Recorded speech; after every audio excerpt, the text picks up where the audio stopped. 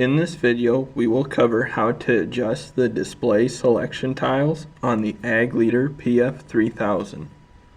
First, press the button next to the tile that you wish to change. Select the correct new option from the provided options found at the bottom of the screen.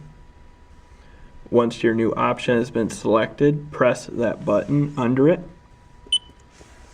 As you can see, the new selected display option has now been implemented. We have now covered how to adjust the display selection tiles on the Ag Leader PF3000. For more information on Ag Leader products, please refer to your local Ag Leader dealer, other tutorial videos on the Ag Leader YouTube channel, or the Ag Leader Knowledgebase at support.agleader.com. To find an Ag Leader dealer in your area, please visit our website at www.agleader.com and use the Find a Dealer feature located on the homepage.